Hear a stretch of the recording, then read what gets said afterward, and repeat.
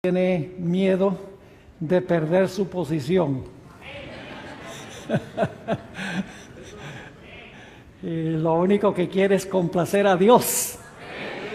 Y gloria al Señor por eso. Pastor Rodríguez, gracias por abrirnos las puertas aquí en el oeste de Puerto Rico, un lugar que tenemos muy cerca de nuestro corazón. Quisiera darles una buena noticia. Resulta que anoche se conectaron 440 sitios de 21 países de todas partes, gloria a Dios. Estamos contentos de que muchas personas de varios países y muchos sitios hayan sintonizado la programación de anoche. Queremos extenderles un saludo muy cordial esta noche a todas las personas que nos escuchan por las emisoras de radio, también a los que están presentes acá, aquellos que están escuchando en Venezuela por radio también, en diferentes sitios, Radio Sol, Radio Paraíso. Gloria a Dios, esto ha sido una fiesta. Y quiero decirles algo, cuando yo hablé de la música anoche y hablé sobre el estilo de adoración pentecostal, no estoy siendo crítico de los pentecostales, ellos tienen su estilo de adoración, no concordamos nosotros con ese estilo de adoración. Mi punto clave era que nosotros los adventistas tenemos que adorar de una forma distinta, porque nuestra teología es una teología diferente, es una teología del lugar santísimo. Y es nuestro papel como adventistas compartir con el mundo, con nuestros hermanos pentecostales, con nuestros hermanos de otras iglesias protestantes, con nuestros hermanos católicos. Es vital que nosotros compartamos la verdad como se encuentra en toda la Sagrada Escritura. Ahora quisiera mencionar, antes de comenzar nuestro estudio, que a la salida hay ciertos materiales que he traído. Quiero mencionar que esta noche voy a presentar una porción pequeña de un libro que escribí que es supremamente importante, se llama Culto en el Trono de Satanás. Yo sé que algunos de ustedes lo tienen. Habla de la problemática que presentemente tenemos en la iglesia sobre el asunto de la adoración. No solo cubre la música, sino todos los aspectos que tienen que ver con la adoración. Y luego tengo un libro pequeño, está solo en inglés, pero ya ha sido traducido al español y en unas 2 o 3 semanas estará disponible en español, pero traje algunos en inglés sobre otro punto de contención en la iglesia sobre la ordenación de la mujer. Se llama Reflexiones sobre la ordenación de la mujer. Es un libro que ha causado un impacto muy grande, no solamente entre los laicos, sino también entre los pastores en Norteamérica. Varios pastores me han dicho que ellos tenían una posición antes y después del libro han cambiado su punto de vista. Es un libro pequeño, tiene solamente 64 páginas, pero en realidad trata sobre el verdadero problema en esta área. Así que los que estén interesados, tenemos este material y muchos otros materiales al final. Ahora sí vamos a inclinar nuestros rostros y vamos a pedir la bendición del Señor. Padre Celestial, en esta noche se haya reunido tu pueblo aquí, también en hogares, en iglesias, en casas, escuchando el mensaje que tú tienes para este tiempo. Pedimos, Padre, que a través de tu Santo Espíritu tú hables a cada uno de los que han sintonizado este programa. Que, Señor, quites de nuestro corazón y de nuestra mente cualquier estorbo, cualquier obstáculo que pueda impedir que escuchemos tu voz. Sabemos que cuando venimos a ti con confianza, cuando venimos con un espíritu humilde, tú respondes nuestras oraciones. Y así es que venimos delante de tu trono, pidiendo tu compañía y tu dirección, porque te lo pedimos en el precioso nombre de tu Hijo Cristo Jesús. Amén. En el año 2010, en la ciudad de Atlanta, se reunieron en un sábado más de 70,000 adventistas de todas partes del mundo para escuchar el sermón inaugural del nuevo presidente de la Asociación General de los Adventistas del Séptimo Día, el pastor Ted Wilson. Yo tuve el privilegio de estar presente allí y a medida que escuchaba su sermón me salían lágrimas de los ojos al ver cómo llamaba a la iglesia a un reavivamiento y una reforma. Y cómo en su sermón enfatizó en una forma cortés pero firme que la Iglesia Adventista tiene una relevancia especial para el mundo cristiano en este tiempo. Tiene una verdad presente y llamó a la Iglesia a regresar una vez más a sus raíces, que regresáramos a nuestro mensaje y regresáramos a nuestra misión.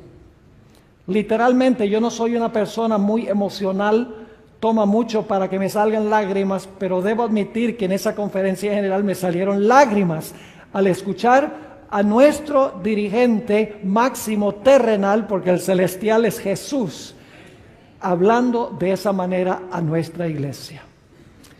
Y por lo tanto, en nuestro tema de esta noche, yo quiero comenzar formulando algunas preguntas.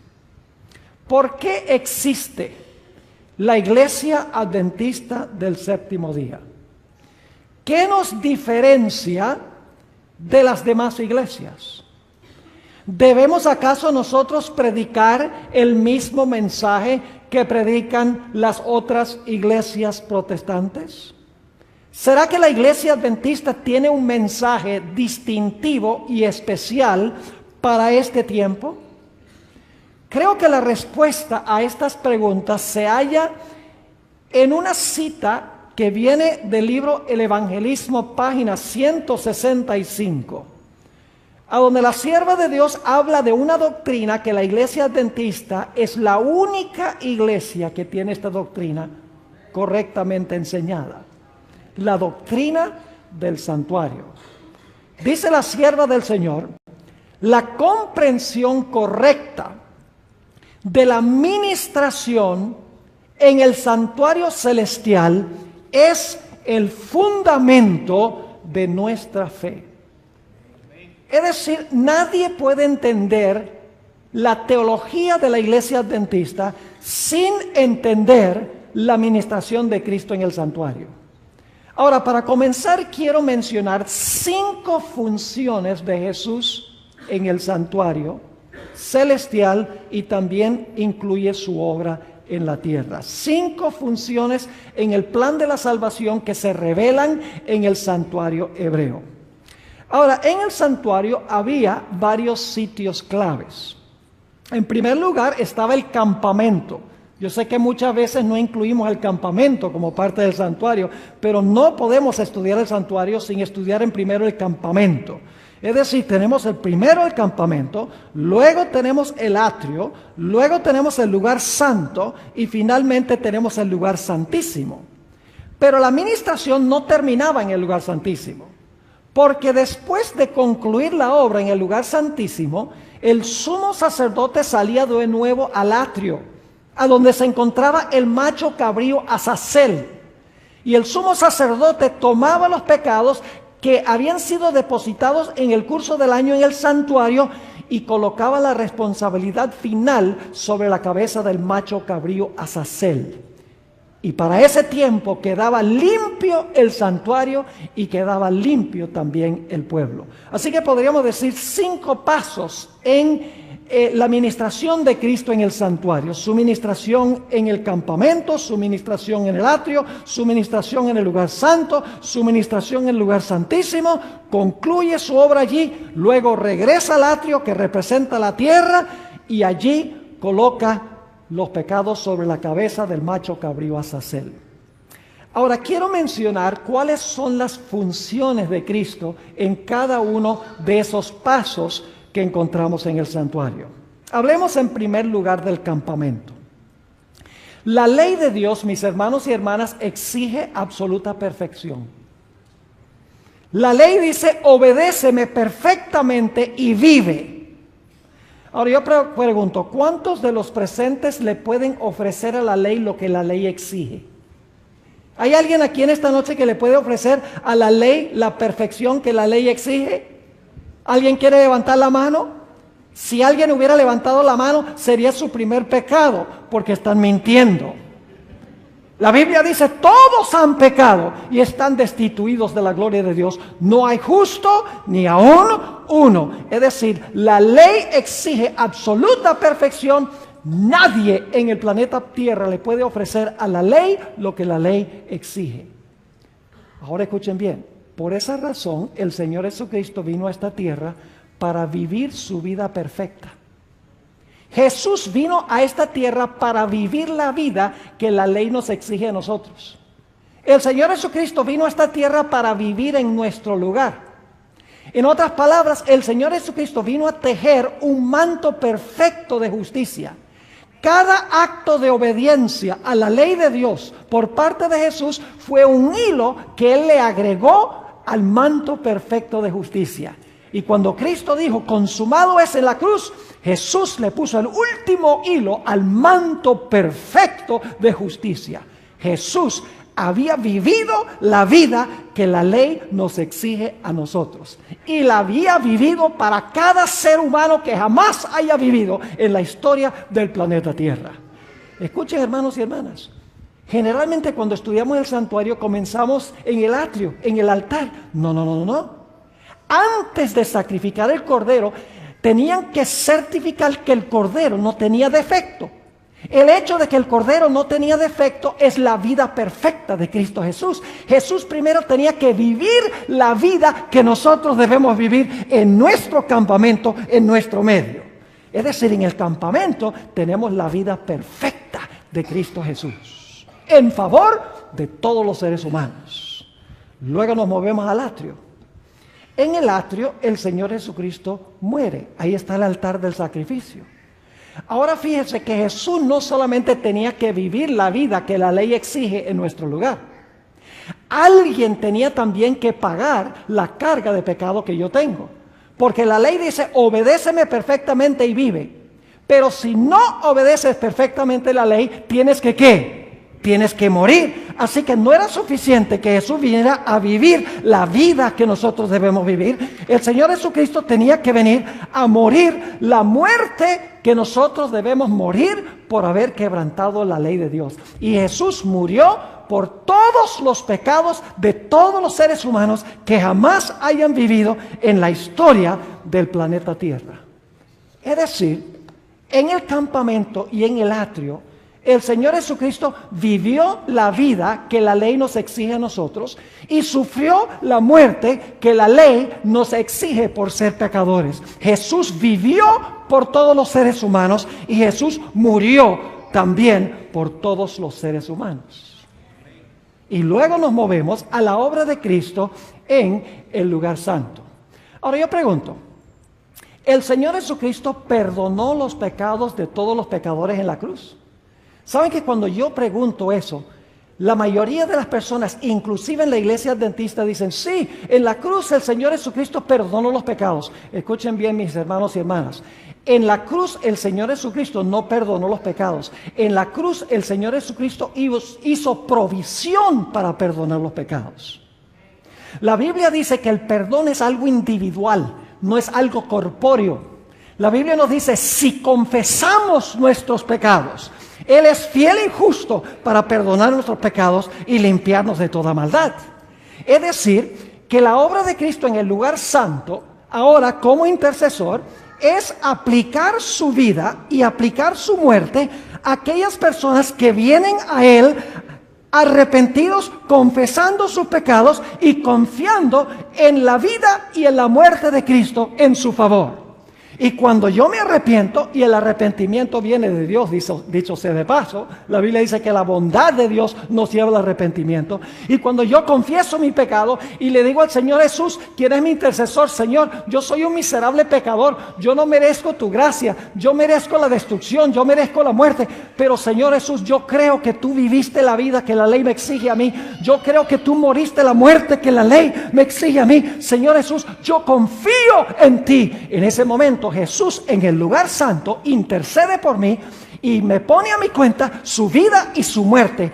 Y Dios me mira como si nunca hubiera pecado. Soy acepto en el amado. Esa es la obra que ha estado haciendo Jesús. Jesús en el lugar santo está recibiendo clientes individuales para aplicar los beneficios de su vida y su muerte a personas que vienen a Él arrepentidas, personas que vienen confesando sus pecados y confiando en los méritos de Cristo Jesús. En el servicio del santuario en el Antiguo Testamento, Durante todo el curso del año, los pecados entraban al santuario. El pecado se colocaba sobre la cabeza del animal, luego el sacerdote tomaba la sangre, introducía la sangre en el santuario. De esa manera, los pecados eran transferidos del pecador a la víctima y a través de la víctima al santuario por la intercesión del sacerdote. Es decir, durante el curso del año, el santuario se llenaba, se contaminaba, porque entraba al santuario por la sangre el pecado. Y por lo tanto, el santuario quedaba contaminado. Ahora, ¿saben? Hay personas que dicen, muchos adventistas inclusive, dicen, nosotros los adventistas nunca tenemos seguridad de salvación. Porque nosotros creemos que cuando confesamos nuestros pecados entran allá al santuario y están registrados en el santuario y contaminan el santuario. Escuchen bien, mis hermanos, cuando yo me arrepiento, cuando confieso mis pecados, cuando confío en Jesús, yo ya no tengo que preocuparme porque en ese momento yo puedo tener la seguridad de perdón. Puedo tener la seguridad de salvación. Ahora el problema lo tiene el santuario. Y aquellas personas que dicen que no pueden tener seguridad de salvación porque el pecado entra al santuario, déjenme decirles una cosa, mejor es que tengan los pecados en el santuario, porque si no están en el santuario, están aquí.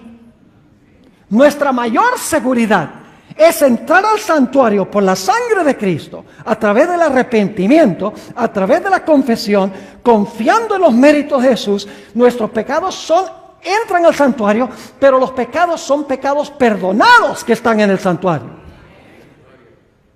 Esa es la obra que hace Cristo en el santuario. El Señor Jesucristo intercede por individuos. Ustedes conocen lo que dijo el apóstol Pedro en el día del Pentecostés.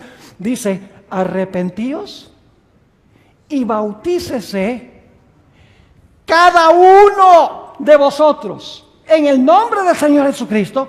¿Para qué? Para perdón de los pecados. Hay que arrepentirse y bautizarse para perdón de los pecados y luego recibiréis el don del Espíritu Santo.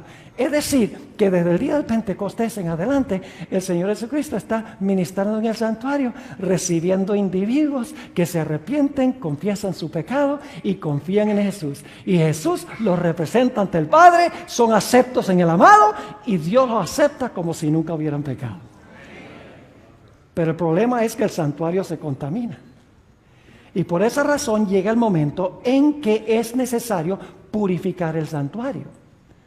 Y esa obra de purificar el santuario de los pecados que entraron allí al santuario por la sangre, el pecador no tiene que preocuparse porque entraron a través del arrepentimiento, la confesión, puede tener seguridad de salvación, pero los pecados igual están en el santuario, igual contaminan el santuario. Llega el momento en que hay que purificar el santuario. ¿Y dónde se realiza esa obra de purificar el santuario? Esa obra de purificar el santuario se realiza ¿dónde? En el lugar santísimo del santuario. ¿Me están entendiendo hasta ahora lo que hemos estado estudiando? En el lugar santísimo del santuario. El propósito del lugar santísimo es purificar el santuario de los pecados que entraron allí. Es decir, en el servicio diario el pecado va del pecador a la víctima al santuario. En el día de expiación, en el lugar santísimo, los pecados se mueven en la dirección contraria. Se mueven del lugar santísimo allá al atrio, a donde se encuentra el macho cabrío Azazel, símbolo de Satanás, el originador e instigador del pecado, el que últimamente es responsable por el pecado. Ahora, con esto en mente, ¿les quedaron claros los 5 pasos? Con esto en mente, vamos a hacernos la pregunta, ¿qué es la verdad presente? De todas estas etapas de la obra de Jesús, su obra en el campamento, su obra en el atrio, su obra en el lugar santo, su obra en el lugar santísimo, su obra final otra vez en el atrio, ¿cuál de estos aspectos podríamos llamar la verdad presente, la verdad para hoy? Hermanos y hermanas, no es complicado. En cada época la sierva de Dios dice que hay una verdad presente. Cuando Jesús vino a esta tierra, la verdad presente era que Jesús había venido a vivir la vida como el Cordero de Dios, una vida sin mancha de pecado. Y así lo introdujo el predicador Juan el Bautista.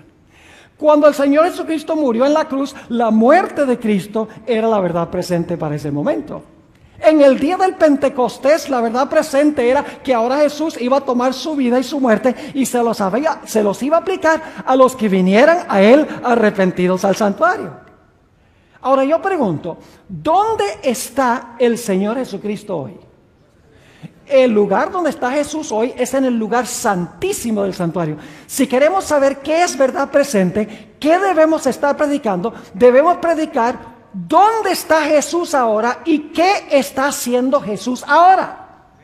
Porque la verdad presente se centra en Jesús, y donde está Jesús y lo que está haciendo Jesús es lo que nosotros debemos predicar. Debemos predicar el mensaje del lugar santísimo. Ahora, no me entiendan mal. No habría obra del lugar santísimo sin los primeros pasos. ¿Jesús podría hacer su obra en el lugar santísimo si no hubiera vivido su vida perfecta? No. ¿Podría Jesús presentarse en el lugar santísimo para purificar el santuario si no hubiera derramado su sangre? No. ¿Puede Jesús presentarse para purificar el santuario si el Señor Jesucristo no metió los pecados al santuario por medio de su sangre de esos individuos que venían a Él arrepentidos? No. Los primeros pasos todos son esenciales e importantes, pero todo debe verse en el contexto del ministerio de Cristo en el lugar santísimo del santuario.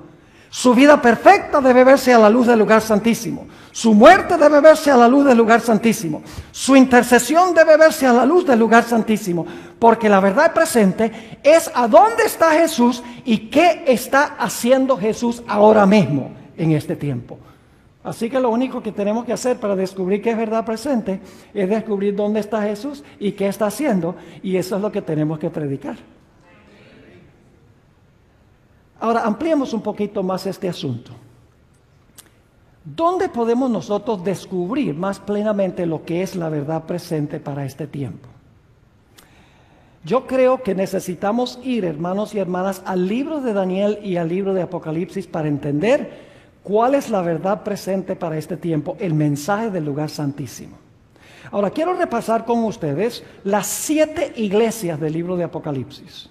Ahora, ¿saben ustedes que no solamente los adventistas, sino que muchos teólogos no adventistas enseñan que las 7 iglesias representan 7 períodos de la historia de la iglesia, desde los tiempos de los apóstoles hasta el fin del tiempo?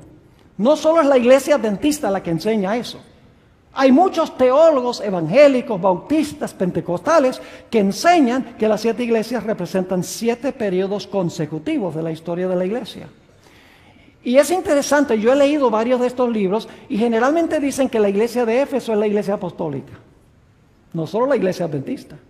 Dicen que la iglesia de Esmirna es la iglesia perseguida por los emperadores romanos. Dicen que la iglesia de Pérgamo es la iglesia del tiempo de Constantino, cuando penetró la apostasía en la iglesia. Dicen que la iglesia de Tiatira representa la iglesia durante el periodo de dominio papal, esa mujer Jezabel, la ramera, que se menciona en el Apocalipsis del capítulo 17. Dicen que la iglesia de Sardis representa la reforma protestante.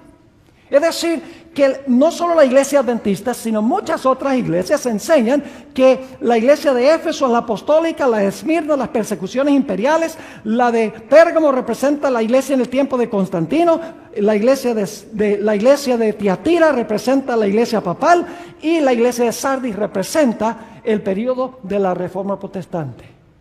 Son las 5 primeras iglesias. Ya cuando llegamos a las 6 y las 7 se vuelven nebulosos. Ahora yo pregunto, ¿cuándo termina el periodo de supremacía del papado? Ustedes deben saber eso. Iba a gobernar tiempos y ¿qué? Y la mitad de un tiempo. Es decir, que la 5ª iglesia nos lleva al año 1798. Ahora, lo que quiero que miremos especialmente es la 6ª iglesia. Recuerden que la 6ª iglesia es después de la iglesia apostólica, el periodo de los emperadores romanos, después del periodo de Constantino, después del periodo de supremacía papal, después de la reforma protestante. Ya nos estamos acercando al final de la historia porque es la iglesia número 6 en la secuencia, es hacia el final de la historia. Ahora, quiero que notemos cuál iglesia es esa. Es la iglesia de Filadelfia. Ahora, ¿saben algo interesante? Vamos a notar en unos momentos que delante de la iglesia de Filadelfia se coloca una puerta abierta. Y usted dice, ¿por qué? ¿Qué es esa puerta? ¿Y a dónde conduce esa puerta? ¿Y qué pasa dentro de esa puerta? ¿Saben el nombre de la séptima iglesia? Es Laodicea. ¿Saben lo que significa la palabra Laodicea? Significa juzgando al pueblo, o el pueblo del juicio. Es decir, que la iglesia de Filadelfia es la iglesia que viene inmediatamente antes de comenzar ¿qué? Antes de comenzar el juicio. La última iglesia es la iglesia del juicio. Es decir, que la iglesia de Filadelfia es la iglesia que viene inmediatamente antes de comenzar el juicio. Ahora vayan conmigo a Apocalipsis el capítulo 3 y vamos a leer los versículos 7 y el versículo 8 para ver lo que dice de esta puerta y a dónde conduce esta puerta. Dice allí: escribe al ángel de la iglesia en Filadelfia. Recuerden, la sexta iglesia hacia el final de la historia, después del periodo de la iglesia romana, después del periodo del protestantismo, no solamente según los adventistas, sino según teólogos no adventistas. Dice allí: escribe al ángel de la iglesia en Filadelfia. Esto dice el santo, el verdadero, el que tiene la llave de David, el que abre y ninguno cierra, y cierra y ninguno abre. Yo pregunto, ¿esta llave abre una puerta, sí o no? En la iglesia de Filadelfia, ¿la llave va a abrir una puerta? Sí. ¿Va a cerrar otra? Claro, porque dice abre y nadie la puede cerrar, cierra y nadie la puede abrir. Ahora usted dice, pero ahí no dice una puerta, ahí sencillamente dice que tiene una llave, abre y cierra. Pero note lo que sigue diciendo en el versículo 8. Yo conozco tus obras. He aquí, he puesto delante de ti una ¿qué? Una puerta abierta, la cual nadie puede cerrar. Es decir, abre una puerta y nadie puede cerrar esa puerta. Dice, una puerta abierta, la cual nadie puede cerrar, porque aunque tienes poca fuerza, has guardado mi palabra y no has negado mi nombre. Delante de la sexta iglesia, después del periodo de dominio papal y después de levantarse la reforma protestante, en la iglesia de Filadelfia, hacia el final de la historia, se iba a colocar delante de esa iglesia una puerta abierta. Ahora necesitamos hacernos la pregunta: ¿cuál puerta era? Escuchen bien, el santuario tenía 3 puertas. La primera puerta conducía del campamento al atrio o al patio. La segunda puerta conducía del patio o del atrio al lugar santo. Y la tercera puerta conducía del lugar santo al lugar santísimo. Y claro, la pregunta clave es: ¿cuál de estas puertas es la puerta que se colocó delante de la iglesia de Filadelfia? ¿Será la primera puerta? No puede ser la primera puerta. Y usted dice, ¿por qué no puede ser la primera puerta? Yo pregunto, ¿cuándo es que el Señor Jesucristo entró al atrio para morir en la cruz? ¿Hacia el final de la historia, en la sexta iglesia? No, durante el tiempo ¿qué? Apostólico. Es decir, eso pasó antes de la iglesia de Éfeso. Así que no puede ser la primera puerta, porque la puerta que lleva al atrio la abrió Cristo, y Cristo entró para morir en la cruz cuando estuvo aquí en la tierra. Entonces decimos, ¿será la puerta, la segunda puerta, la que conduce del atrio al lugar santo? Yo pregunto, ¿cuándo es que se abrió la puerta donde Cristo entró al lugar santo para comenzar su obra intercesora? En el día del Pentecostés, Jesús comenzó a interceder en el lugar santo del santuario. ¿Puede entonces la puerta que se coloca delante de la sexta iglesia, puede ser esa segunda puerta? No puede ser la segunda puerta, porque la puerta en Filadelfia se abre al final de la historia, en el tiempo de la sexta iglesia, mientras que la otra puerta, la segunda puerta, se abrió cuando Cristo ascendió al cielo. ¿Me están entendiendo? Entonces yo pregunto, ¿cuántas puertas quedan? Quedan una sola. ¿Y cuál es esa puerta? La puerta que lleva del lugar santo al lugar ¿qué? Santísimo. Ahora escuchen bien. El libro de Apocalipsis identifica el momento cuando se abre esa puerta. Vayan conmigo a Apocalipsis el capítulo 11 y el versículo 19. Apocalipsis el capítulo 11 y el versículo 19. Aquí se habla del momento cuando se abre esta puerta. Y escuchen bien. No tengo tiempo de mostrarles el contexto de ese versículo, pero ustedes lo pueden estudiar. Este versículo de Apocalipsis 11:19 se halla en el contexto de la sexta trompeta.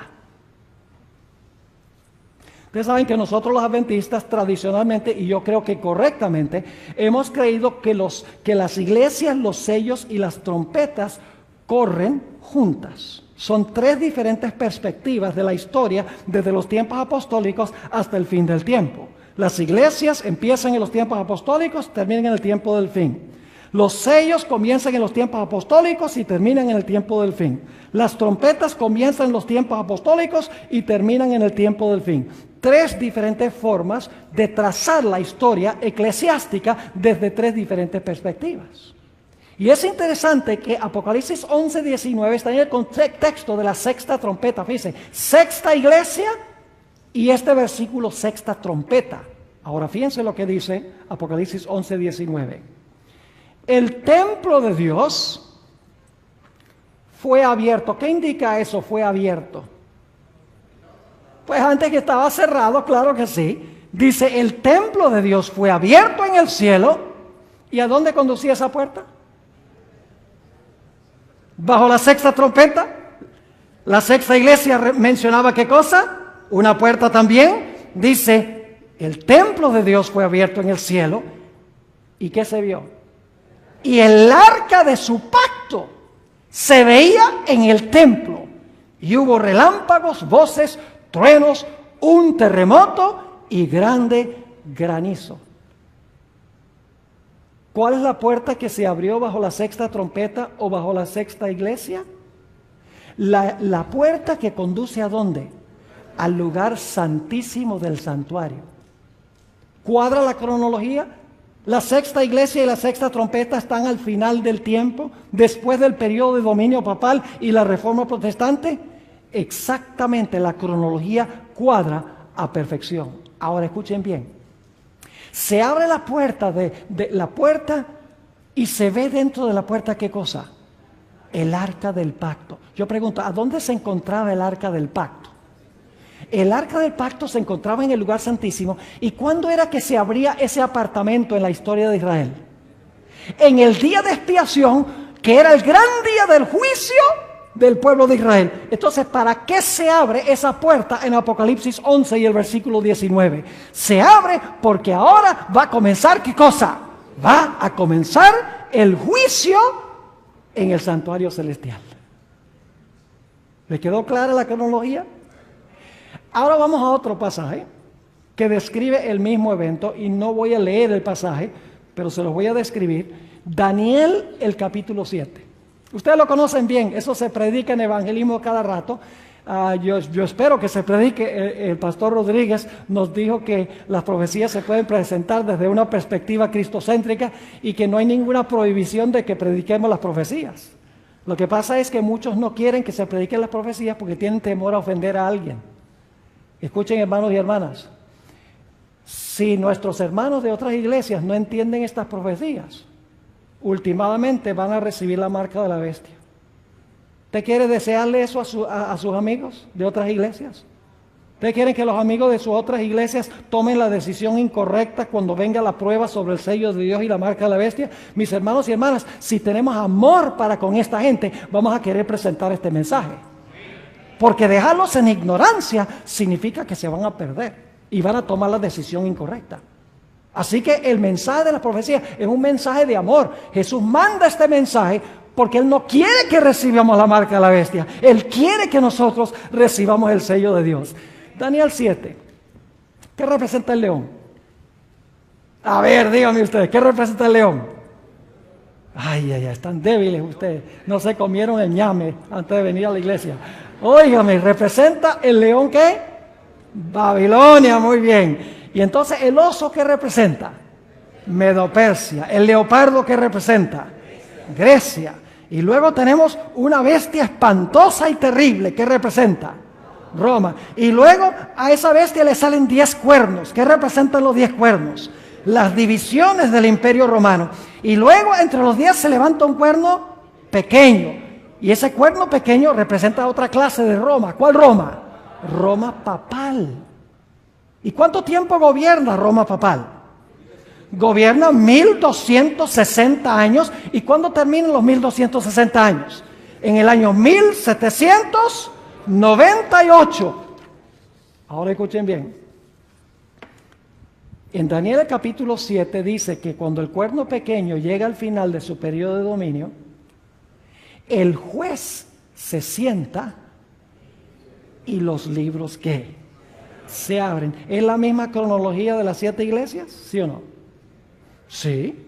Hacia el final, después del papado y la reforma protestante, Filadelfia, la puerta abierta. La puerta se abre en el cielo, se ve el arca del pacto. Sexta trompeta, hacia el final de la historia de la iglesia. Y ahora aquí vemos en Daniel capítulo 7 que después del periodo de dominio papal comienza ¿qué cosa? El juicio, porque dice que el juez se sentó y los libros se abrieron. Y luego escuchen bien, luego nos dice que cuando el juez entra y el juez se sienta y los libros se abren, entonces sobre las nubes del cielo viene ¿quién? Viene el Hijo del Hombre. Esto se encuentra en los versículos 13 y 14. ¿Y a dónde llega el Hijo del Hombre sobre las nubes del cielo? A la tierra, ¿verdad? Para llevarse a su pueblo al cielo. No.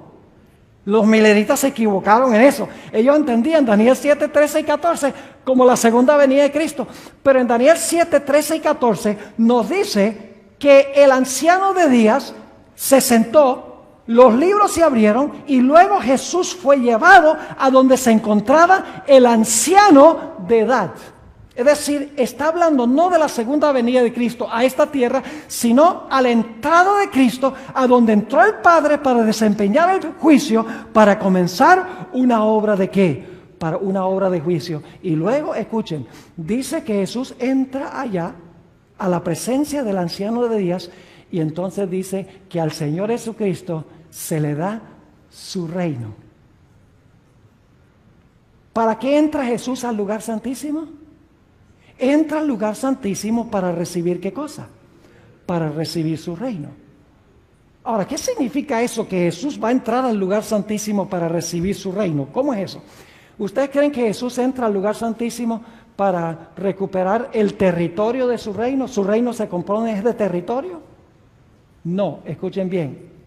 El reino de Jesús se compone de los súbditos que pertenecen a su reino.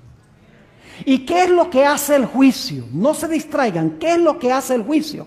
El juicio es lo que hace es distinguir entre ¿qué? Entre quién es un verdadero seguidor de Jesús y quién no.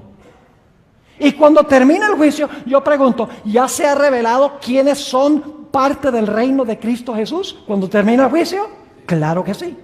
El propósito de Jesús es entrar a tomar su reino, pero el hecho de tomar el reino no significa que va a tomar un montón de territorio o el planeta, significa que Jesús va a revelar quiénes son los verdaderos súbditos de su reino.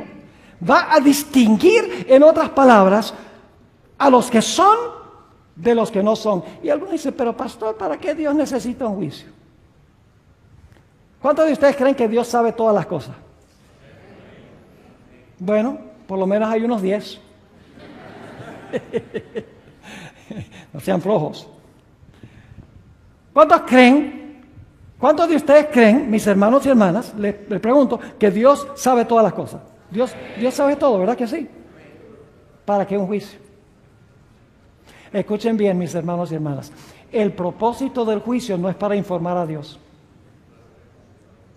El propósito del juicio es revelarle al universo quiénes fueron seguidores genuinos de Cristo y quiénes fueron hipócritas. Dios lo sabe, Jesús lo sabe, pero el universo no. El propósito del juicio no es informar a Dios. El propósito del juicio es revelarle a los seres de otros mundos, a los ángeles y a nosotros, últimamente, que Dios fue justo en salvar a algunos que profesaban su nombre y a otros no. Y escuchen bien, en este juicio, antes de la segunda venida de Cristo, solamente los casos de los que profesaron a Jesús entran en juego. Es decir, el juicio dentro de la puerta, en el lugar santísimo, no incluye a aquellos que no aceptaron a Cristo Jesús. Solamente incluye ese juicio a aquellas personas que profesaron el nombre de Cristo Jesús. Ahora yo pregunto, ¿todas las personas que profesan el nombre de Cristo son verdaderos seguidores de Cristo? ¿Hay trigo y cizaña en la iglesia? ¿Y cómo se distingue? El trigo y la cizaña se ven igualitos. Hay que esperar hasta que se haga un ¿qué? Un juicio. Y nosotros no somos los que hacemos el juicio, son los ángeles al final, dice, que hacen la separación o la división. Pero la cizaña y el trigo se parecen mucho. Yo pregunto, ¿la red del Evangelio reúne peces malos y buenos? Claro que sí. ¿Y qué hay que hacer cuando se llega a la playa? Hay que separar a los buenos que se van a llevar al mercado de los que no sirven. Yo pregunto, ¿en la iglesia solamente hay vírgenes sabias? ¿Hay también vírgenes fatuas? Claro que sí. Las vírgenes fatuas tenían lámparas. Representa la Biblia. Tenían por lo menos cierta medida de aceite. Pero eran hipócritas. Es decir, profesaban, pero no eran. Yo pregunto, en la cámara matrimonial, ¿solamente entran los que tienen el manto que se proveyó o hay algunos que se van a infiltrar? ¿Ustedes no conocen esa parábola de Jesús? Del hombre que entró a la fiesta de bodas sin el manto. ¿Qué creen ustedes? ¿Que eso está hablando de Cristo en la segunda venida? Cristo se lleva a su pueblo al cielo, después que todo el mundo está en el cielo, Jesús dice, ¿y cómo entraste tú aquí? No. Eso está hablando de un juicio investigador antes de la segunda venida del Señor Jesucristo para separar a sus verdaderos hijos de los que profesaron ser y no son. Nos dicen los evangelios que muchos van a decir Señor, Señor. No echamos demonios en tu nombre, no profetizamos en tu nombre, no hicimos milagros en tu nombre. Y Jesús va a decir, claro, como ustedes saltaron y hablaron en lenguas, hicieron milagros y sanaron gente y echaron demonios y dieron profecía, vénganse conmigo, ustedes son míos. No, Jesús dice, nunca os conocí, apartaos de mí, obradores de maldad. Yo pregunto, ¿esa gente profesaba ser seguidora de Jesús? Claro, porque le dice Señor, Señor. ¿Y cómo se nota la diferencia entre uno y el otro? Yo pregunto, ¿en la iglesia hay lobos vestidos de ovejas? Ustedes conocen todos estos versículos a los cuales me estoy refiriendo. Yo pregunto, ¿hay inclusive ministros que se disfrazan como ministros de justicia? El apóstol Pablo lo dice. Yo pregunto, ¿hay cristianos que tienen la apariencia de piedad, pero no tienen el poder de la piedad? Claro que sí. Entonces, en el juicio, mis hermanos y hermanas, el Señor Jesucristo sabe quiénes son suyos y quiénes no son suyos, pero Él quiere revelarle al universo quiénes fueron de corazón verdaderamente seguidores del Señor Jesucristo, para revelarle a todos los seres del universo que Él fue justo y misericordioso en salvar a los que pertenecen a su reino. ¿Entiende lo que significa el hecho de que Jesús entra al lugar santísimo para adquirir su reino? Entra allá a adquirir su reino haciendo una obra de juicio para establecer quiénes son sus seguidores. Cuando el juicio termina, ya el Señor Jesucristo ha completado su reino. Ahora escuchen lo que voy a decir. Es posible que en el juicio se revoque el perdón. Yo sé que en el servicio diario los pecados entraban al santuario, ¿verdad? La persona venía arrepentida, supuestamente, confesando su pecado sobre la cabeza del animal. El sacerdote no preguntaba, ¿eres sincero o no eres sincero? No, aceptaba lo que decía el pecador. Y a través de la sangre metía el pecado dentro del santuario. Yo pregunto, ¿habría alguna posibilidad de que en el juicio se revocara ese perdón? Sí, Señor. Y usted dice, ¿dónde enseña la Biblia eso? ¿Ustedes recuerdan la parábola del Señor Jesucristo de los dos deudores? ¡Wow! Yo tengo un sermón completo sobre esa parábola. Esta noche no la podemos estudiar. Pero ustedes recuerdan que había un hombre que tenía una deuda enorme que no podía pagar. Es más, le hubiera tomado como 10,000 años pagar esa deuda. Y los eruditos dicen que él había desfalcado el dinero del amo, del Señor. Y el Señor lo llamó a cuenta, le dijo, ven y rinde cuentas. Ese es el juicio. El rendir cuentas es el momento del juicio. Y dice la Biblia, el Señor Jesucristo dice que ese individuo le dijo, mira, por favor ten paciencia conmigo que yo te lo pago. No podía pagarlo. Y por lo tanto, como clamó por misericordia, su Señor le perdonó toda la deuda. ¡Wow! ¿Recibió perdón, sí o no? La parábola dice que recibió perdón. Claro que sí. Yo pregunto, ¿en realidad conocía él la misericordia de su Señor? ¿Había comprendido la misericordia? ¿En realidad amaba a su Señor? No. ¿Saben qué lo entristeció? Las consecuencias de lo que había hecho. Eran lágrimas de cocodrilo. Es decir, no estaba arrepentido, nada. Y sin embargo, porque clamó, se le perdonó. Pero cuando se le llama a rendir cuentas, algo sucede. Se le perdona, sale y ¿qué hace? Se encuentra a un individuo que le debe 100 denarios, una miseria. Bueno, no una miseria porque eran equivalente de 100 días de trabajo, pero era una deuda pagable. Y le dice, págame lo que me debes. Y este individuo también clama por misericordia, dice, por favor, dame tiempo que yo te lo pongo. ¿Qué tiempo ni qué pan caliente? Y lo agarró por el cuello y lo sacudió y le dijo, págame lo que me debes. Pues el informe fue al Señor que lo había perdonado grande. Y cuando el Señor lo escuchó, lo llamó y le dijo, ven acá. Yo no te perdoné una deuda bien grande. Por amor a mí, por haberte perdonado una deuda tan grande, ¿por qué en tus obras tú no demostraste que estás dispuesto de compartir ese perdón con otros? Y dice que le revocó el perdón y lo echó a la cárcel hasta que pagara toda su deuda. ¿Se puede revocar el perdón en el juicio si la persona fue hipócrita cuando depositó sus pecados en el santuario? Sí, Señor. El propósito, mis hermanos y hermanas, del juicio sencillamente es revelar si el arrepentimiento de una persona fue genuino o fue falso.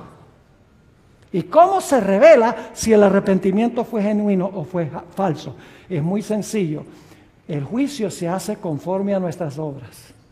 Se examinan nuestros pensamientos, nuestras emociones, se examinan nuestras acciones, nuestras palabras, para ver si en verdad nosotros nos arrepentimos, confesamos de corazón nuestros pecados y confiamos en Jesús y por su gracia pudimos vencer esas tendencias en nuestra vida.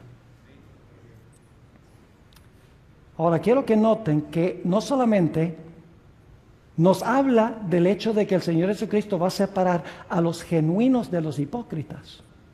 Y tenemos que preguntarnos aquí en esta noche, ¿soy yo un creyente genuino? ¿O sencillamente vengo a la iglesia? Sencillamente devuelvo el diezmo, pero mi corazón no está con Jesús. Tenemos que examinarnos de si nosotros somos en verdad hijos del reino, si en verdad nos hemos arrepentido y hemos confesado nuestros pecados y hemos confiado en Jesús y odiamos el pecado y amamos a Cristo y queremos su poder para vencer el pecado, para que nuestra vida sea diferente y distinta. Pero escuchen bien, el lugar santísimo nos revela otras cosas muy interesantes. El mensaje distintivo y especial de la Iglesia Adventista, todas sus doctrinas especiales que los distinguen de las demás iglesias, se encuentran en el lugar santísimo del santuario. Yo pregunto, ¿qué estaba dentro del arca del pacto? La ley. ¿Qué enseña la iglesia adventista en cuanto a la ley? Que todavía está, ¿qué? Vigente. Y que por la gracia de Dios, Dios quiere que nosotros la obedezcamos. ¿Qué dice el mundo cristiano en cuanto a la ley? Clavada en la cruz. Cristo la guardó. No somos salvos por obras. No estamos bajo la ley, sino bajo la gracia. Es decir, el mundo cristiano rechaza la ley de Dios porque no ha entrado al lugar santísimo. ¿Qué más encontramos en el centro de la ley? El sábado. ¿Qué dice el mundo cristiano del sábado? No, era para los judíos. Los cristianos no tienen que guardarlo, nosotros guardamos el domingo en honor a la resurrección. Yo pregunto, ¿es esa una de las doctrinas distintivas de la iglesia adventista, la ley y el sábado en el lugar santísimo? ¿Por qué el mundo cristiano no lo ve? Porque ellos están en el atrio y en el lugar santo y no han entrado al lugar santísimo. Porque cuando entran al lugar santísimo, ven que Jesús ahora va a separar a los genuinos de los hipócritas y que la ley de Dios todavía está vigente y que el sábado todavía es el día de reposo del Señor. Pero hay otras cosas que se revelan. También se revela el hecho de que el sábado es una prueba para el pueblo de Dios para ver si van a andar en la ley de Dios. ¿Saben qué más había en el lugar santísimo? Un pote de maná. Y si ustedes van a Éxodo 16, Dios dice, yo voy a probar a Israel para ver si van a andar en mi ley. Y luego les da la prueba del maná para ver si van a guardar el sábado y andar en su ley. Es decir, el sábado era una prueba de la lealtad de ellos a la ley. Yo pregunto, ¿el sábado será una prueba de lealtad del pueblo de Dios a la ley de Dios en el tiempo del fin? Está en el lugar santísimo, en el maná. Pero el maná también revela la reforma pro salud. Porque ustedes encuentran en Números 11 que el pueblo estaba cansado de esas dietas sencillas que Dios les había dado. Y dice, no, danos carne de comer y la comida rica de Egipto. Y todos se enfermaron. La sierva de Dios dice que el maná también enseña la reforma pro salud, que debemos vivir saludablemente. Yo pregunto, ¿qué enseña la mayoría de las iglesias del mundo cristiano? Dicen, no hay ningún problema. Si quieres comerte tu chuleta, está bien. Si quieres comerte tus camarones y tus langostinos, no hay ningún problema. Cómetelos, que la oración santifica la vianda. Eso es lo que dice el mundo cristiano. Poco énfasis sobre la salud, porque no han entrado al lugar santísimo del santuario celestial. Además de eso, ¿qué dicen ellos del juicio? ¿Saben lo que enseñan las iglesias? Dicen, no, el juicio es cuando Cristo venga. Eso no es lo que la Biblia enseña. La Biblia no enseña que el juicio se va a realizar cuando el Señor Jesucristo venga. La Biblia enseña que el juicio comienza antes de la segunda venida, mientras todavía está abierta la puerta de la gracia. Y ustedes dicen, ¿dónde dice la Biblia eso? La Biblia lo dice en Apocalipsis 14, versículos 6 y 7. Dice, vi otro ángel descender del cielo, teniendo el evangelio eterno para predicarlo a los que moran en la tierra, a toda nación, tribu, lengua y pueblo, diciendo en alta voz, temed a Dios y dadle gloria, porque la hora de su juicio llegará. Muchas gracias. Dice, la hora de su juicio ha llegado. Yo pregunto, ¿el juicio, la hora del juicio llega mientras se está predicando el evangelio? Claro que sí. Porque el ángel está predicando el evangelio y dice, la hora de su juicio ha llegado. Es decir, el juicio comienza mientras se está predicando el evangelio. Antes de la segunda venida, lo cual significa que el juicio tiene que realizarse ¿dónde? En el santuario celestial. ¿Saben que el santuario, el lugar santísimo, también enseña la doctrina del estado de los muertos? ¿Ustedes recuerdan la vara de Aarón que floreció? Era una vara, un vástago muerto, pero por un milagro de Dios brotó la vida. Esa vara representa a Cristo, quien en sí mismo tiene la vida, quien dijo, yo soy la resurrección y la vida. Aunque estuviere muerto, viviré, dice el Señor Jesucristo. Es decir, que se encuentra también en el lugar santísimo la doctrina del estado de los muertos. ¿Qué dice el mundo cristiano en cuanto al estado de los muertos? Dice, los vivos saben que han de morir y los muertos todos saben. Eso es lo que dicen. Pero la Biblia dice que los muertos nada saben, mis hermanos y hermanas. Las verdades especiales, distintivas de la iglesia adventista se encuentran esbozadas ¿dónde? En el lugar santísimo. Entonces yo pregunto, ¿cuál es la verdad presente de la iglesia adventista del séptimo día? ¿Que Cristo murió en la cruz? Importante, es verdad, pero no presente. ¿Que Cristo vivió una vida perfecta? Verdad, pero no verdad presente. ¿Que Cristo intercede por los pecadores? Verdad, pero no verdad presente. ¿Cuál es la verdad presente? Todo lo que se haya encerrado, ¿dónde? Todo lo que se haya encerrado en el lugar santísimo del santuario celestial. La ley, el sábado, el estado de los muertos, la idea del juicio, la reforma por salud, todo lo que nos distingue de las demás iglesias como adventistas del séptimo día. Y nosotros lo que queremos hacer es adorar como adoran ellos. Mis hermanos y hermanas, qué vergüenza debería darnos esto. De que nosotros nos avergoncemos del mensaje especial que Dios nos ha dado, el mensaje especial del lugar santísimo del santuario. Ahora, no puedo concluir sin mencionarles la lección más grande que viene del lugar santísimo. Y déjenme decirles, el mundo cristiano, inclusive muchos de los teólogos y ministros de la iglesia adventista, tienen un problema en este punto teológico. Ustedes le dicen, ¿creen que debemos nosotros, por el poder de Dios, que podemos por el poder de Dios vencer completamente el pecado antes que Cristo venga? ¿Y qué dicen muchos? No podemos vencer completamente el pecado antes que Cristo venga. Esa es la respuesta que dan muchos. Yo no sé, tal vez están leyendo ese versículo. ¿Usted conoce ese versículo? Dice, casi todo lo puedo en Cristo que me fortalece.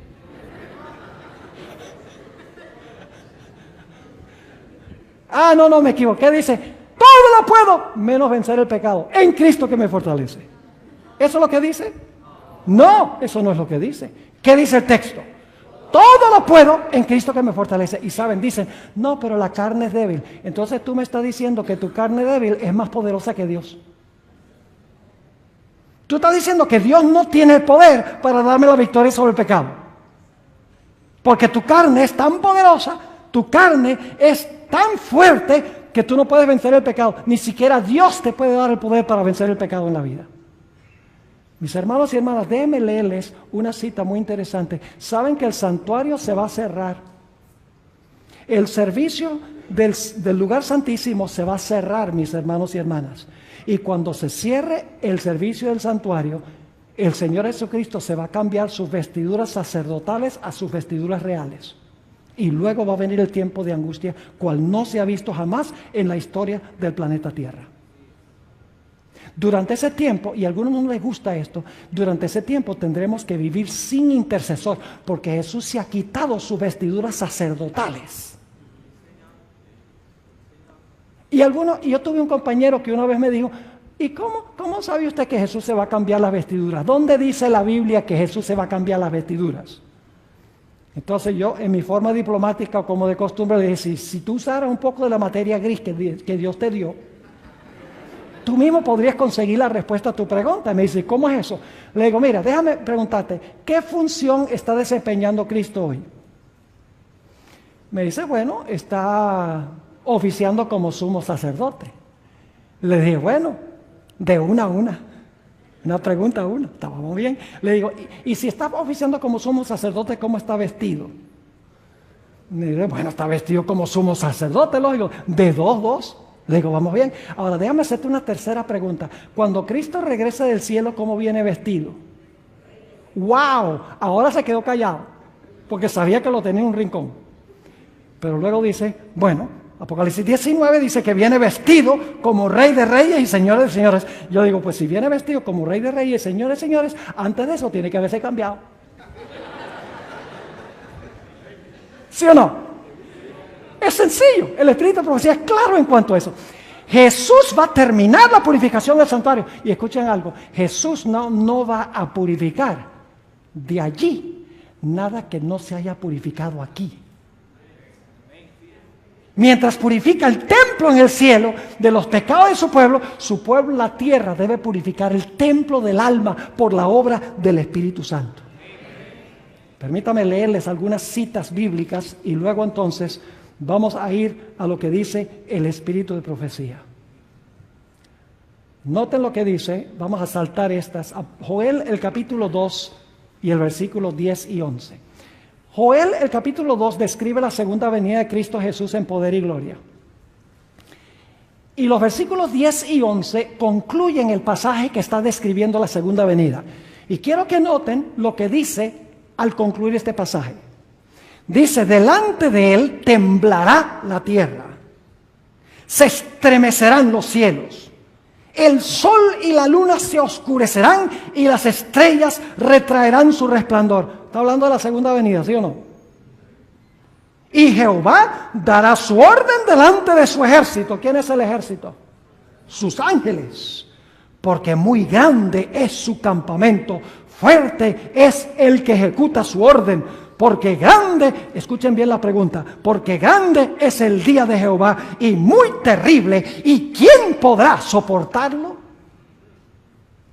Cuando el Señor Jesucristo venga en poder y gloria y tiemble la tierra y el sol se oscurezca y la luna no dé su resplandor, las estrellas dejen de brillar y Dios esté mandando a su ejército con su voz potente, la pregunta se hace, el gran día terrible de Jehová ha llegado, ¿y quién podrá soportarlo? El libro de Joel tiene la respuesta a esa pregunta. Noten lo que sigue diciendo en Joel el capítulo 2, 12 y 13, y luego vamos a saltar al versículo 15 al 17. Escuchen la preparación necesaria para estar firmes cuando venga ese día. Dice, por eso pues, ahora, dice Jehová, convertíos a mí con todo vuestro corazón, con ayuno y lloro y lamento. Esto está describiendo el día de expiación. ¿Qué se hacía en el día de expiación?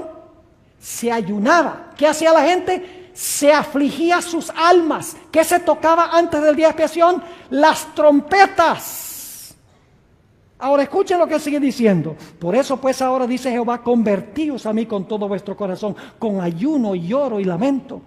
Rasgad vuestro corazón y no vuestros vestidos. Y convertíos a Jehová vuestro Dios, porque misericordioso es y clemente, tardo para la ira y grande en misericordia y que se duele del castigo. Y luego noten el versículo 15. Dice, tocad qué cosa. Esta es la fiesta de las trompetas que anuncia el día de expiación. Dice, tocad trompeta en Sión. Proclamad qué. Proclamad ayuno. Reunid al pueblo. Convocad asamblea. Y luego dice qué cosa, reunid al pueblo, santificad la reunión, juntad a los ancianos, congregad a los niños y a los que maman. Es decir, todo el mundo tiene que congregarse alrededor del santuario en el día de expiación. Y luego sí dice, salga de su cámara el novio y de su tálamo la novia. Es decir, no hay tiempo para la luna de miel. Y luego dice, entre la entrada y el altar, salten y griten y toquen tambores y hagan todas estas cosas. No, ¿qué deben hacer los ministros?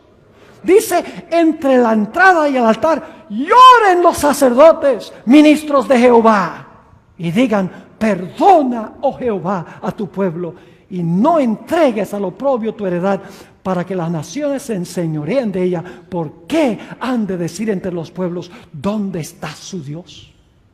En el tiempo de angustia, eso es lo que van a decir las naciones. Van a decir, ¿dónde está el Dios de ustedes ahora?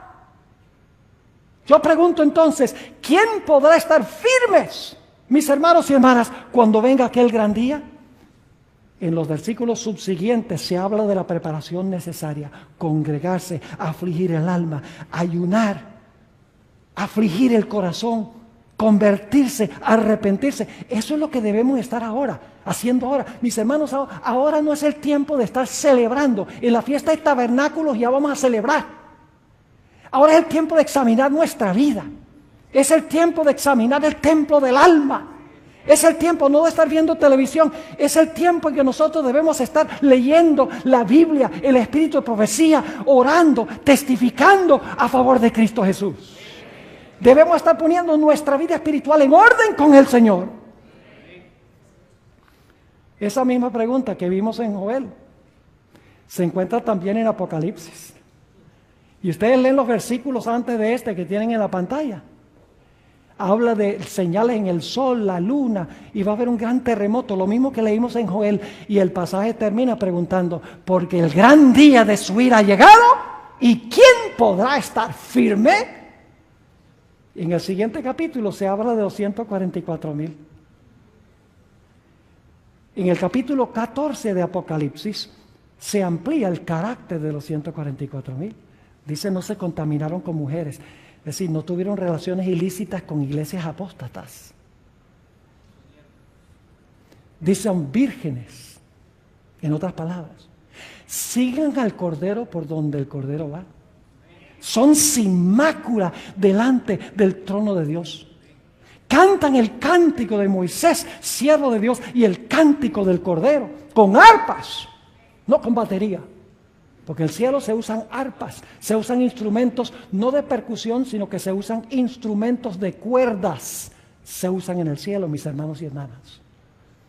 Es decir, los que podrán estar firmes son los 144,000, son los que van a estar vivos cuando el Señor Jesucristo venga y van a decir, he aquí, este es nuestro Dios, le hemos esperado y Él nos salvará. Mis hermanos y hermanas, ahora voy a leer una cita solemne del Espíritu de Profecía.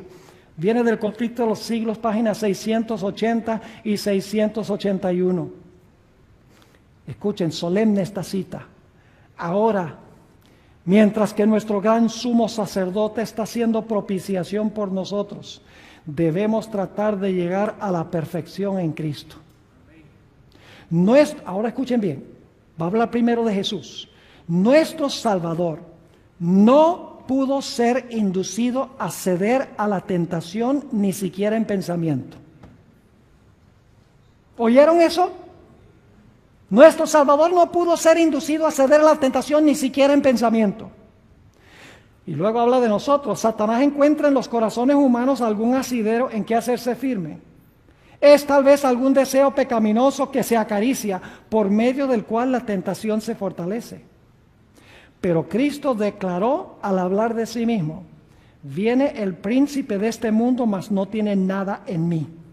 Satanás no pudo encontrar nada en el Hijo de Dios que le permitiese ganar la victoria. Cristo guardó los mandamientos de su Padre y no hubo, ahora escuchen, y no hubo en él ningún pecado de que Satanás pudiese sacar ventaja. Y ahora escuchen bien, esta es la condición en que deben encontrarse los que han de poder subsistir en el tiempo de angustia. Ni siquiera en pensamiento. Y usted dice, pastor, eso es imposible. No, para lo que el hombre es imposible, para Dios es posible. Porque si tú dices, mis hermanos, si nosotros dedicamos nuestra vida a lo que debemos dedicar nuestra vida, vamos a ser como Enoc, como Elías, que tuvieron pasiones como las nuestras, pero que tienen una comunión íntima con el Señor. Eso significa que vamos a tener que cambiar nuestros hábitos y nuestras prácticas.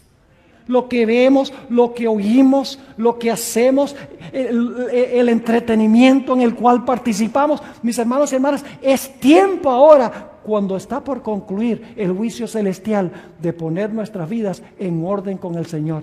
Este es el mensaje distintivo de la Iglesia Adventista del Séptimo Día.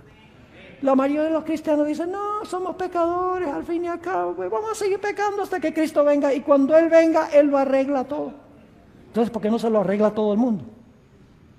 Mis hermanos y hermanas, para subsistir durante el tiempo de angustia vamos a necesitar una fe inquebrantable. ¿Qué es la verdad presente? Primeros Escritos, página 63. Dejemos que los pioneros nos digan qué es. Dice la sierva del Señor, escuchen con cuidado, si hay pastores aquí. Son muchas las preciosas verdades que contiene la palabra de Dios. Vuelvo a repetir. Son muchas las preciosas verdades que contiene la palabra de Dios, pero es la verdad presente lo que el rebaño necesita ahora. He visto el peligro que existe de que los mensajeros se desvíen de los puntos importantes de la verdad presente para espaciarse en temas que no tienden a unir al rebaño ni santificar el alma. ¡Wow! En esto, es decir, predicar cosas que no tienen que ver con los puntos principales de la verdad presente, en esto Satanás aprovechará toda ventaja posible para perjudicar la causa. Pero los temas, ahora va a definir la verdad presente, pero los temas como el ¿qué? el santuario, ¿en relación con qué? Ahí está el juicio, los 2300 días, ¿qué más? Los mandamientos de Dios y la fe de Jesús, que es el mensaje del tercer ángel, son perfectamente adecuados para explicar al movimiento adventista pasado y cuál es nuestra posición actual. Establecer la fe de los que dudan y dar certidumbre al glorioso futuro. He visto con frecuencia que estos eran los temas principales en los cuales deben espaciarse los mensajeros. Y si no se está haciendo, estamos desobedeciendo a la voz profética que Dios nos ha dado. ¿Se dieron cuenta que todo lo que dice está relacionado con el lugar santísimo del santuario en esta lista? Mis hermanos y hermanas, el Espíritu de Profecía nos dice que los que entiendan y vivan estos mensajes, los mensajes de los tres ángeles, que es el mensaje de Dios que viene del lugar santísimo, van a ser preservados en medio de la tribulación. Los mensajes serán un ancla para el pueblo de Dios. En Primeros Escritos, página 256, la sierva del Señor dice: estos mensajes me fueron representados como un ancla para el pueblo de Dios. Quienes los comprendan y reciban quedarán libres de verse arrastrados por los muchos engaños de Satanás. ¿Cuán importantes son los mensajes de los tres ángeles? Son un ancla. Y si no estamos anclados, Satanás nos va a arrastrar. Así que tenemos que estudiar estas cosas, mis hermanos y hermanas. Dice la sierva de Dios en la página 258 del mismo libro, Primeros Escritos: me fueron mostrados 3 escalones. Los mensajes del primer ángel, del segundo y del tercero.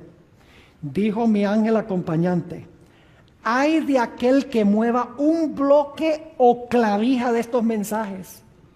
La verdadera comprensión de estos mensajes es de importancia vital. El destino de las almas depende de la manera en que son recibidos. Mis hermanos y hermanas, lo que nos distingue como iglesia son los mensajes de los tres ángeles, que son paralelos al mensaje del lugar santísimo del santuario. Y hay de nosotros si nosotros nos extraviamos de este mensaje especial que Dios le ha dado a la iglesia para predicar muchas otras cosas que no son verdad presente. Dejaríamos de ser el pueblo distintivo de Dios. Seríamos evangélicos del séptimo día, o luteranos del séptimo día, o presbiterianos del séptimo día. Ya no seríamos adventistas del séptimo día. Mis hermanos y hermanas, yo apelo a los que estamos aquí, al igual que los que están viendo por televisión, escuchando por radio, viendo por el internet. Mis hermanos y hermanas, volvamos a nuestras raíces. No perdamos el tiempo con esta idea de lo que hay que hacer es alabar y lo que hay que hacer es venir al culto para que nos entretengan y gozar, y etcétera. No, estamos en un tiempo muy serio para eso. Tenemos que preparar un carácter para el cielo. Tenemos, por la gracia de Dios, que purificar el templo del alma. Ojalá esa sea nuestra experiencia. Oremos. Padre, te damos gracias porque tú has dado este maravilloso mensaje a tu pueblo remanente. Padre, perdónanos por haberlo escondido debajo de un almud. Tal vez por temor a lo que la gente piense, tal vez por temor a que la gente se ofenda, tal vez porque tenemos demasiado flojera de estudiarlo. No sé cuál es el motivo, Padre, pero perdónanos. Te pedimos, Señor, que no solamente nos des perdón, sino que nos levantes y nos des la valentía de proclamar estos mensajes con amor a todo el mundo que perece en el pecado, para que el mundo sepa que los conflictos finales van a tener que ver con la ley, el sábado, el estado de los muertos, el espiritismo. Todas estas cosas que tú nos has dado para enseñar van a proteger al mundo, a tus fieles, de ser engañados por Satanás. Te ruego, Señor, que nos bendigas,